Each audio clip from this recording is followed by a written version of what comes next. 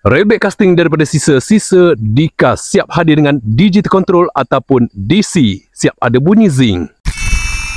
Untuk maksimum drag dia 9 kg maksimum drag. Jadi memang sangat sesuai lah untuk korang casting toman, casting sebarau, casting haruan dan juga casting siakap. Memang sangat sesuai menggunakan sisa dikas bag casting rail ni. Bukan sahaja mengenai digital control dia siap hadir dengan drag clicker.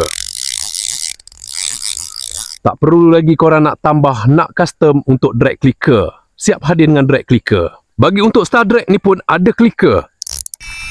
Untuk gear ratio 7.3 nisbah 1 untuk gear ratio. Untuk handle menggunakan material daripada aluminium untuk knob handle daripada rubber knob yang selesa dipegang untuk kayuhan.